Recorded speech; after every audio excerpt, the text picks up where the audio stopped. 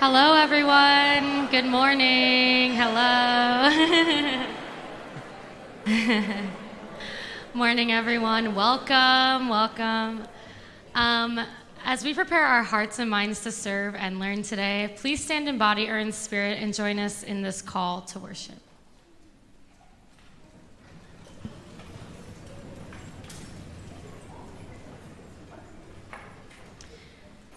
Your steadfast love, O God, extends to the heavens, your faithfulness to the skies. Your righteousness is like the mountains, your wisdom as deep as the sea.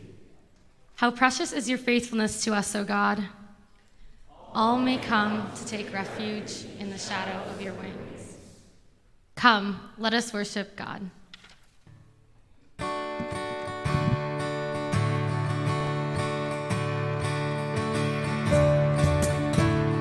Move.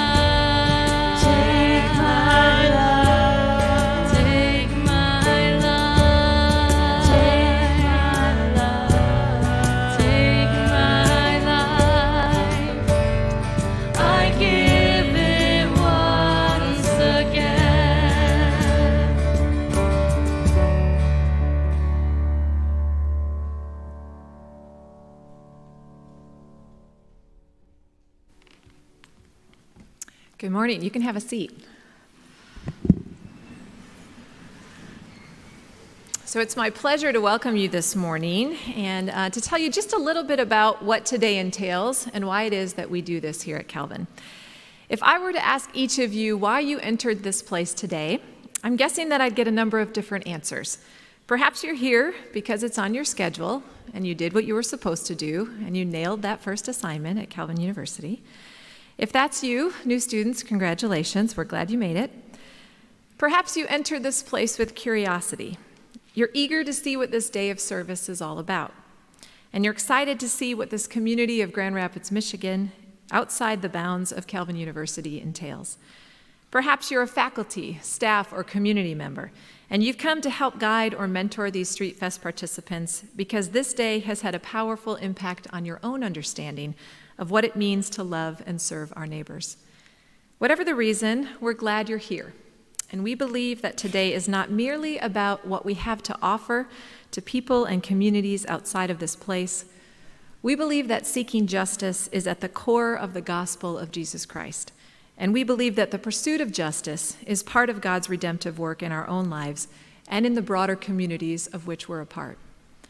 As you've heard several times already, the mission of Calvin University is to equip students to think deeply, to act justly, and to live wholeheartedly as Christ's agents of renewal in the world. And most of us can get our minds around what it means to think deeply, but what does it mean to act justly? And what does it mean to live wholeheartedly? What sort of justice is at the heart of this pursuit? One of the fundamental characteristics that sets human beings apart from other creatures that God created is our need for justice. Why is it that animals are able to abandon their children or even kill their own kind and it's considered natural, while humans are held to a much higher moral standard? It turns out that the Bible has an interesting take on that question. In the very first book of the Bible, Genesis, we see that human beings were made in the image of God. And this means that humans were created to be God's representatives here on earth and to carry out his plan, abiding by the morals and the concepts of justice that God abides by. And when God sets forth this idea of biblical justice, he asserts that all humans are equal. All humans are created in God's image, and all humans deserve justice. But of course, we know that humans don't always behave this way. Throughout history, we see humans rejecting God's principles of Bible justice and instead attempting to define good and evil for themselves in a way that gives them advantages over others. The strong take advantage of the vulnerable. We abuse the earth. We fail to steward well the resources we've been entrusted with. And we succumb to individual self-righteousness, the idea or the belief that we don't need Jesus. We're just and good and right apart from him. Here's the thing. Only when we realize our need for God to remove our sin and make us whole can we actually participate in the work of restoring lives, restoring the church, restoring the world by the Spirit of the Lord. And when we experience the wholeness that Jesus offers, we're then called to carry this justice forward to the world, to denounce oppression, to break down divisions, to work toward restoration, to practice reconciliation. Let's be honest, the tendency in many Christian circles is to highlight personal morality while downplaying social justice. In fact, even that term, social justice, can be inflammatory. Many Christians are more comfortable with the word justice, and we might be wary of participating in the work of social justice because of a deep-rooted fear of being labeled liberal or progressive or even secular. So what of this social aspect of biblical justice? What are we to do? If Christ is truly Lord over every aspect of our lives, then clearly this must also include the social realm. Often Christians mistakenly remove the cultural context from Jesus' ministry, and we're sometimes prone to water down the gospel message to one of platitudes. But you see, Jesus is more complex than we give him credit for. And when we spend time in the New Testament scriptures reflecting on his life and ministry, we see that he intentionally, purposefully, and passionately addressed several very specific issues and causes. In fact, he was radical in his approach, shattering the status quo, addressing the diverse and complicated conflicts of the time. He wasn't just espousing a perspective with his words, he was modeling active engagement with specific social, racial, economic, and even political issues of the time.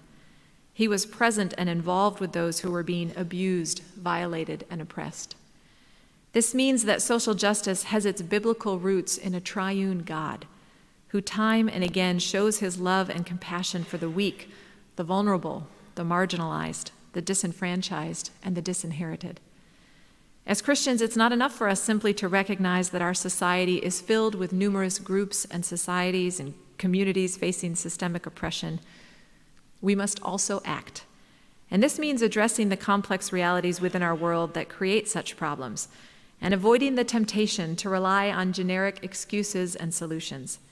In fact, it's this sort of active engagement that gets at that wholehearted living that we've been called into. When we're caring for the community and the world, we're actually living into the calling that we've been created to enact. When we engage in a day of service like StreetFest, we do it from a posture of humility and learning. Serving and learning today means that we're involving ourselves in these issues not because it's hip or politically correct to be civically engaged, or because the community's salvation depends on us. Rather, our task today is to follow the example of Jesus Christ. As we listen and we learn, we begin to understand the deep and abiding love of our Savior, and we recognize God's invitation to each of us to actively participate in his redeeming work right here, right now. David Wells puts it this way. He says, "Everyone who belongs to Christ is an outpost of eternity in this world." Justice flows from God's heart and character, and because God is true and good, when we transmit the love of Christ, we believe that God is working in us and through us to reconcile what was broken toward wholeness. Did you catch that? As we work to reconcile what's broken around us, God works to reconcile our own lives. Wholehearted living, then, isn't just an outcome. It's a redemptive process that depends on our connection to others. Our response today is the embodiment of what it means to accept God's invitation to wholehearted living, to care about the place that God has planted us, and to practice being attentive to what God is doing, again, both within us and through us. So my encouragement today is for each of us to lean in, choose to listen, choose to learn, choose to love as Jesus does. Embrace the invitation to wholehearted living. Again, welcome to StreetFest.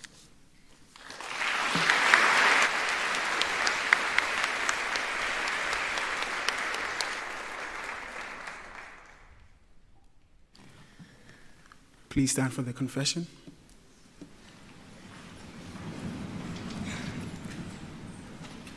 I will read the parts not bolded out alone, and together we will read the parts bolded out. O God, you bring justice to the oppressed and give bread to the hungry.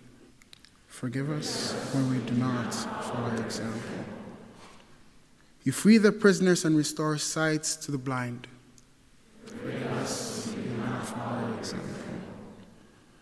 You support the downtrodden and protect the stranger. Forgive us when we do not follow your example. You stand against injustice. You stand with the wronged. Forgive us when we do not follow your example. You condemn those who seek their own interests, controlling and harming others. Forgive us when we do not follow your example. You bring about justice and true peace among people. Forgive us when we do not follow your example. Grant us your grace when we do not do things according to your will. Embolden us so we may stand where you stand.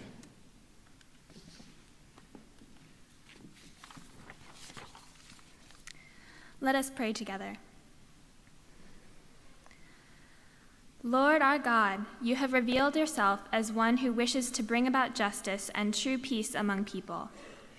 In a world that looks away from injustice, you cast your eyes on the destitute, the poor, and the wronged. You have called us to follow you, to preach good news to the poor, to proclaim release for the captives and recovery of sight for the blind, to set at liberty those who are oppressed, and to proclaim the time of your blessing. Be present with your church, Lord, as we respond to your call. Open our eyes to the downtrodden. Fill us with compassion for the plight of the stranger, the refugee, and the immigrant. Lead us into ministries that help orphans and widows. Give us courage to block the paths of the ungodly who exploit the poor. Set us free from pious exercises that prevent us from the true worship you choose, sharing bread with the hungry, sharing homes with the homeless, sharing clothes with the naked, sharing hearts with our own kin. So may your justice roll down like waters, your righteousness like an ever-flowing stream. Lead our footsteps to stand with the poor, that we might stand with you. Have mercy, O God. Scatter the proud, put down the mighty, lift up the lowly, fill up the hungry, and send the rich away empty-handed. Amen.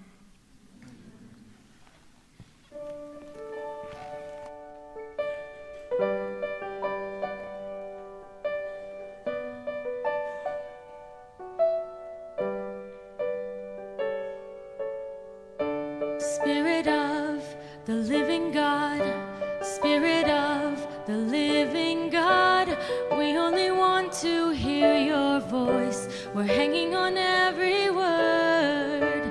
Spirit of the living God, Spirit of the living God, we want to know you more and more. We're hanging on every word. Come speak to us, oh Lord.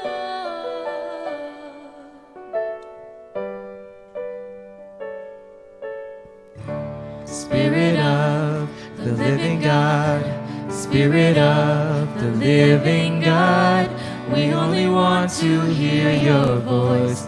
We're hanging on every word. Spirit of the living God, Spirit of the living God, we want to know you more and more. We're hanging on every word.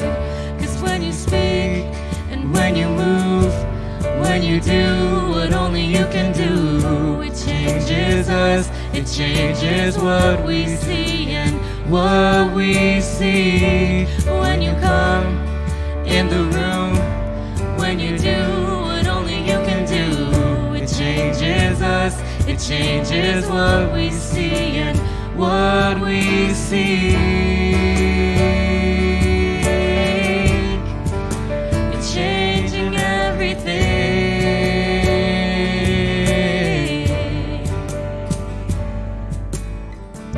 Spirit of the living God, Spirit of the living God, we're leaning into all you are. Everything else can wait. Spirit of the living God, Spirit of the living God, come now and breathe upon our hearts. Come now and have your way.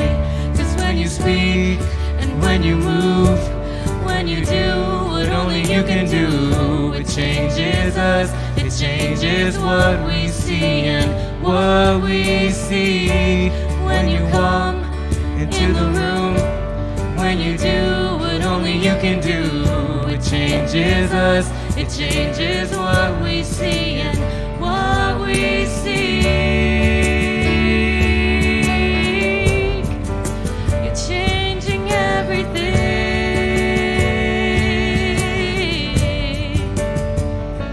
When you move all our fears. When you move us to tears. When you move all our fears.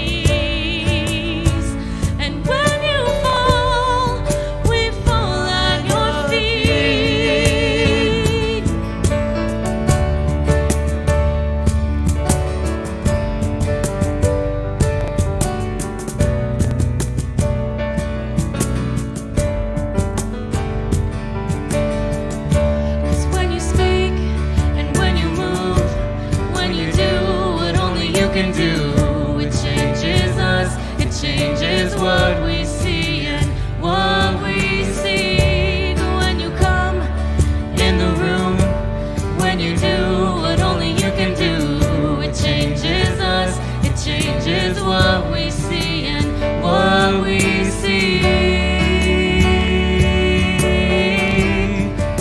You're changing everything.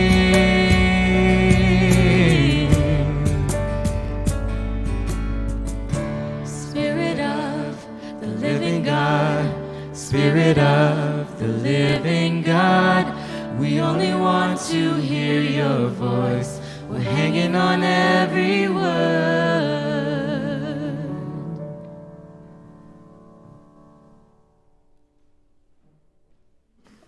Please stay standing from this reading from Philippians 2. If you've gotten anything at all out of following Christ, if his love has made any difference in your life, if being in a community of the Spirit means anything to you, if you have a heart, if you care, then do me a favor. Agree with each other, love each other, be deep-spirited friends. Don't push your way to the front. Don't sweet-talk your way to the top. Put yourself aside and help others get ahead. Don't be obsessed with getting your own advantage. Forget yourselves long enough to lend a helping hand. Think of yourselves the way Christ Jesus thought of himself. He had equal status with God, but didn't think so much of himself that he had to cling to the advantages of that status no matter what. Not at all.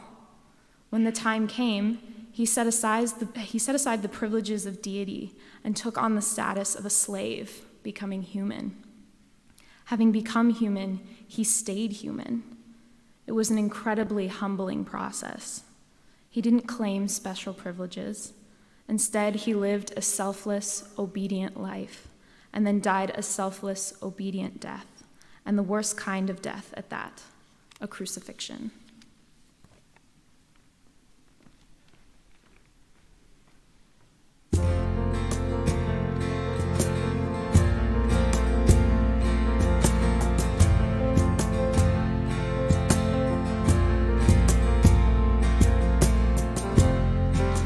Worthy of every song we could ever sing,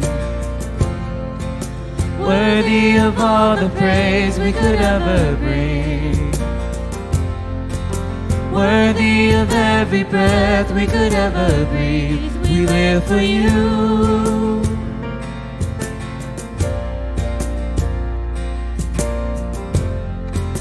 Jesus, the name above every other name. Jesus, the only one who could ever save. Worthy of every breath we could ever breathe. We live for you. We live for you. Holy, there is no one like you. There is none beside you. You open up my eyes in wonder. Show me who you are and fill me with your heart and lead me in your love to those around me. Jesus, the name above every other name. Jesus, the only one who could ever save. Worthy of every breath we could ever breathe. We live for you. We live for you. Holy, there is no one like you. There is none beside you.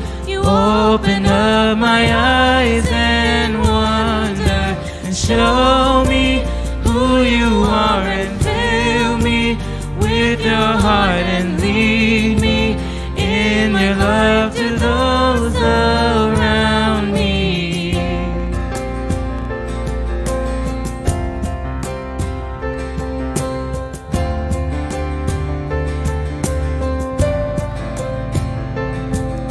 And I will build my life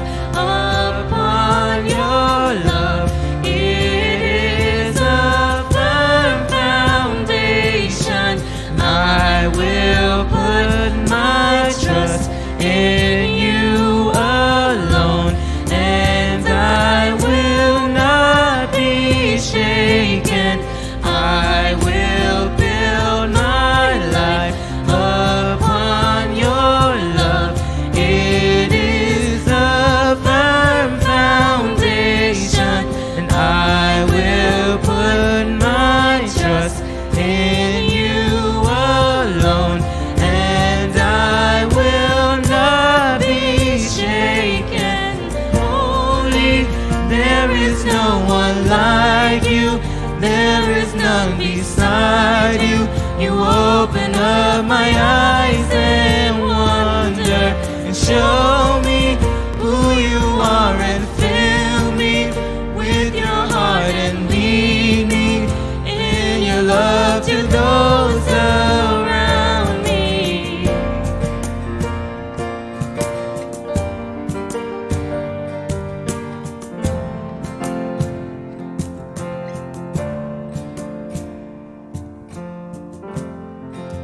Worthy of every song we could ever sing,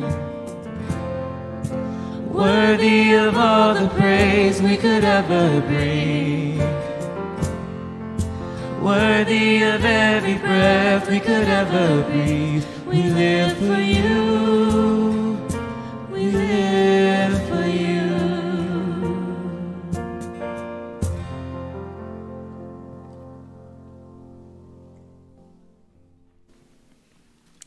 Hello everyone, my name is Lindsay Owens and I'm a junior here at Calvin studying social work and Spanish.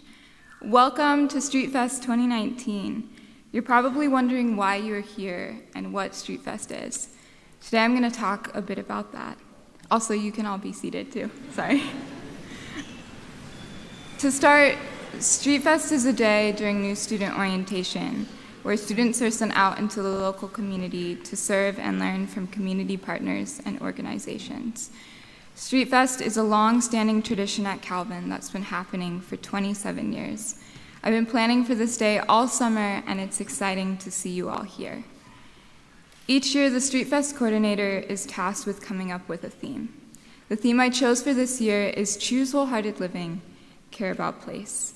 Last semester, in the thick of studying for exams and writing papers, I found myself questioning why I was at Calvin. Why am I at Calvin? What does it mean to be a Calvin student as opposed to other colleges and universities? What makes this place different from others?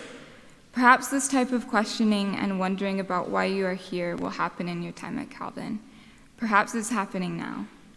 Maybe you will never question why you're at Calvin. But in my case, Calvin becoming a university halfway through my time here and a ton of changes going on in my personal life led me to question why I was in this place. In the midst of this wondering, Calvin's mission statement to think deeply, act justly, and live wholeheartedly as Christ's agents of renewal in the world came to mind. You probably already heard it several times, and you undoubtedly hear it many more in your time at Calvin. The first time I heard this mission was at Quest orientation 2 years ago, but I didn't think much of it. It wasn't until I talked about it in my classes that I really began to pay attention to the words and meaning behind the mission. I found that Calvin's mission is a radical declaration of intentional Christ-like care for the world and others. The mission to me signified that the hope of Calvin is that we as students pursue something greater than ourselves by growing into this mission. I think there are many students at Calvin who are doing things that show they're thinking deeply and acting justly. I think of my friends involved in the Calvin Prison Initiative, Project Neighborhood, and the Grassroots Living Learning Community, among many others. I also think of my friends who involve themselves regularly in service learning partnerships, community engagement, and intentional living. I don't think we all will ever be done with doing these things or that we have a perfect understanding of thinking deeply or acting justly, but living wholeheartedly seems a bit more elusive. What does it mean to live wholeheartedly? I didn't know, so I looked it up. By definition, the word wholehearted means with complete sincerity and commitment and exudes ideas of passionate, absolute, unrestrained, and genuine devotion towards something. Living wholeheartedly as Christ's agents of renewal means to live with devotion, passion, and commitment to being those who bring life and care to the world. What better way to live wholeheartedly as Christ's agents of renewal than to do that in your local community? We live wholeheartedly by caring for people, caring for the world, and caring for place. This place in particular, Grand Rapids. We cannot live fully, sincerely, with devotion or wholeheartedness if we lack care and attention to the world, to people, and to this place. We can't bring life if we don't care. We can't love well and act justly if we simply do not care. We live with fullness and wholeheartedness, a sincere and complete devotion when we care for place. This care is something we have to choose. It doesn't come without thought. That's where this theme was born. Choose wholehearted living. Choose to live with devotion, passion, and commitment to being agents of renewal. Choose to do this by caring about the local community and caring about place. When I think about my own StreetFest experience 2 years ago, I don't think I would have foreseen this moment right now. Me standing here passionate about service learning and community engagement. That's not where I was 2 years ago. Coming into Calvin, I was undecided in my major and used to my small, rural Ohio town of 2,000 people.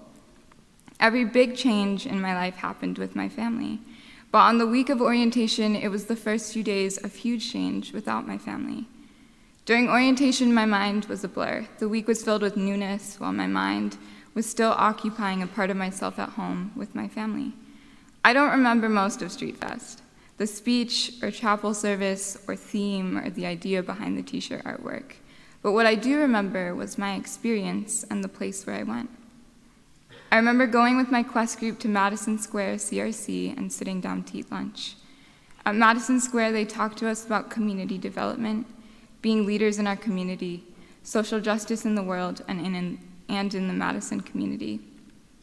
I'd never been in a church where they talked about justice before, and I was astonished. They led us on a tour around the place, and we walked to the community building owned by the church and cleaned out offices. The service was simple. The learning paired with service was something I never experienced before. I don't think StreetFest was necessarily an experience that transformed my entire perspective and care for service learning. I think rather it was a springboard or a spark for me to get more involved in service learning. Even so, when my floor class professor assigned us to do 20 hours of service learning in the first few weeks of school, I was a bit hesitant. My first experience with service learning went well, but service learning required more intentionality that I wasn't used to. I had to contact a local agency, plan out when I would do service learning, and get transportation there. These were all very new things for me, and it put me out of my comfort zone. Nevertheless, I mustered up some courage to contact the organization I wanted to do service learning with, HQ Grand Rapids, a drop-in center for youth and young adults experiencing homelessness and housing instability. I submitted a volunteer application and took the bus out to the organization to do my first few hours of service learning. I realized after going the first time that it wasn't as difficult or as scary as I thought it would be. The more I went to HQ, the more I began to really build a connection with the members who utilized the space and the staff workers there. This connection instilled care in myself for HQ and its members, staff, and ultimately the local Grand Rapids community. See, service learning can be time-consuming. At times, it isn't the easiest choice amidst the busyness of school, homework, a job, and hanging out with friends. But ultimately, it's a choice that has left me spiritually fulfilled and with a deeper sense of care and love for this community. It's a choice that's inspired my purpose and has given me so much more than I could have imagined. Part of my authentically Calvin experience has been engaging in the local community and getting off of Calvin's campus to be a part of the broader one. I'm thankful for those who initially pushed me out of my comfort zone to do things like service learning and community engagement. Professors, supervisors in the Service Learning Center, RAs, friends, and mentors. I have no clue what my Calvin experience would be like without that push. So today is a push for you all. Today might be scary, nerve-wracking, and strange for many of you. Maybe you are thinking about family, friends, or the homes you left behind. Or maybe you've looked forward to this day for a while and it's full of excitement. We all may be experiencing a range of emotions. Nevertheless, the time will come over this year and the following years for you to make decisions and choices. One decision you will have to make is whether you will choose to engage and care about the community. We make so many choices each day. There are some choices that we never notice. There are some that occupy our every thought. And there are some choices that we choose to let be and never make. I think it's really easy for us to forget about these, the choices we choose to never make. Sometimes we choose not to make a choice because we don't know where to go or we procrastinate. We trick ourselves into thinking we just never chose. But we did, we do. We choose not to choose, and that's still a choice to not engage. Today, among the hundreds of choices you make daily, the question is posed to you at the very start of your journey here at Calvin. Will you choose to live wholeheartedly by caring about place? Will you care? Will you make a choice? Service learning, community engagement, and justice work are hard things. They aren't easy journeys to embark on. But there are plenty of things in our life that will never be easy. There's a fulfillment when we live truly, passionately, and devoted to something greater than ourselves, living into God's calling for each of us. Granted, none of us are perfect. None of the work we ever do will be, and it's never fully finished. Nevertheless, the call is still there. Will you join in on it? Will you choose wholehearted living? I wonder what it would look like if we all cared and devoted ourselves more to place and community. In a polarized country and world, I wonder if care would bring us together, motivate us to see humanity in each other. I wonder if there would be less creating barriers that divide us from them. I wonder if we would be less likely to stereotype each other, to accept single, glossed-over, pervasive stories about each other and certain communities. I wonder if our care for place would push us to seek bridge building and dialogue. I hope it would push us to love God and love others well, truly, with devotion, passion, and wholeheartedness. I'll ask it one more time. Will you care about place today? Will you choose wholehearted living today? Thank you.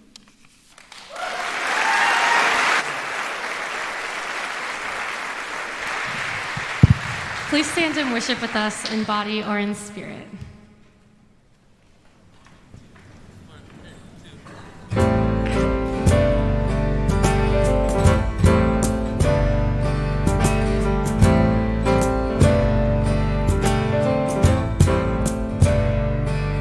There's a world at war, caught in suffering, silent casualties. Oh God, grant us peace. In these sleepless nights, I can hardly breathe. Despite brutality, I know that we'll be free. I know that we'll be free. Let the light Keep it shining, let it break into the darkness. All the love there's us to see, we'll all be free. In these desperate times, love will hold us near. Love will join our hands, teach us to have no fear. So we lay our hate down to wash their feet. When we see our brother, oh, we'll all be free. Yes, we'll all be free. Let the light keep us shining, let it break into the darkness. All the love there's us to see, we'll all be free. Let the light keep us shining, let it break into the darkness. All the love there's us to see, we'll all be free. We'll be free, free. We'll all be free. We'll be free, free. We'll all be free, We'll be free, free, free. free. We'll all be free, We'll be free, free, free. free. We'll all be free, We are free, free, free. free. We'll all be free, We are free, free, free. free. We'll all be free. Let the light keep us shining, let it break into the darkness. All the love there's us to see, we'll all be free. Let the light keep us shining, let it break into the darkness. have a love just as to see. We'll all be free. Yes, we'll All be free. Oh, We'll all be free.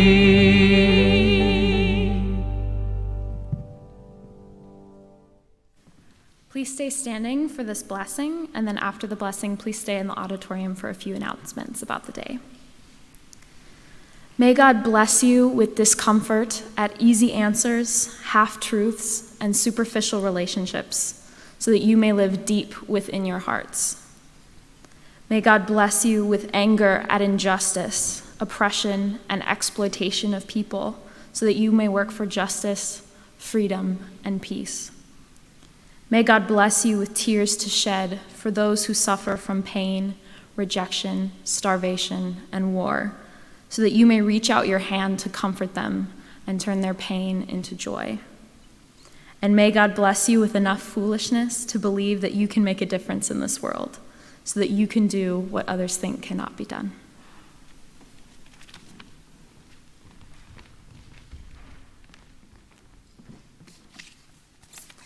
Hi, everyone. Oh, you can be seated, by the way. Actually, Michaela.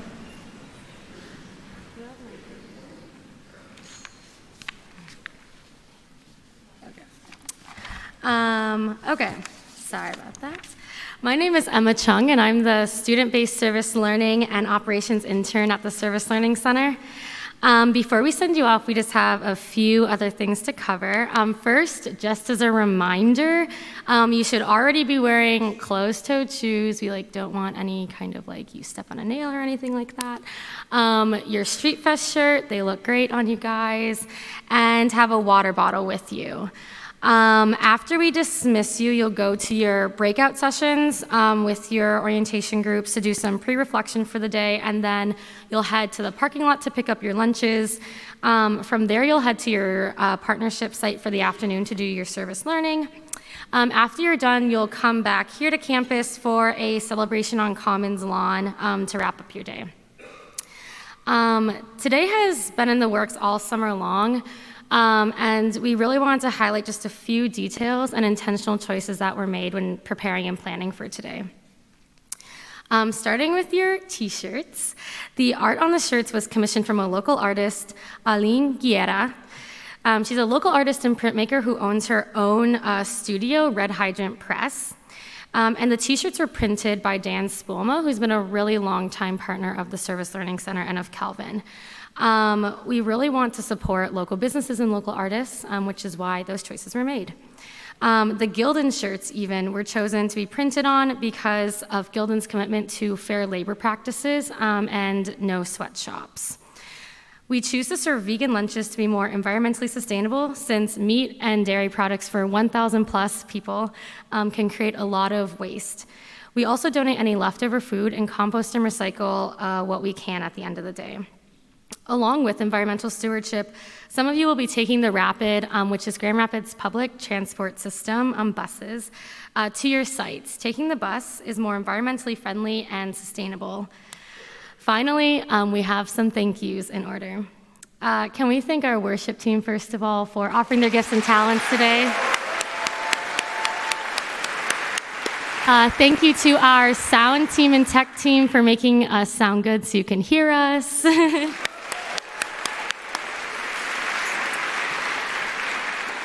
Thank you to Kelvin's hospitality and event services team for helping with logistics throughout all of today.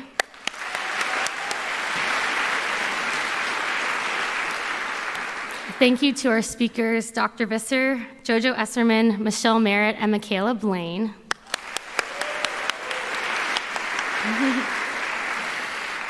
Thank you to Orientation for all your help and support and leadership throughout this day.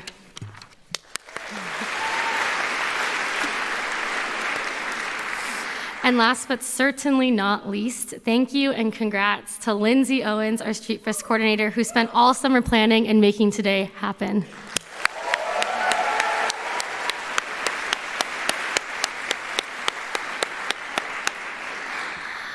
And thank you all for being here. We're excited to send you out. Yeah, clap for yourselves. Let's do that. All right, so you are free to head out to your breakout sessions. Follow your OLs. They will know where to go. And have a great, great day. Thank you, everyone.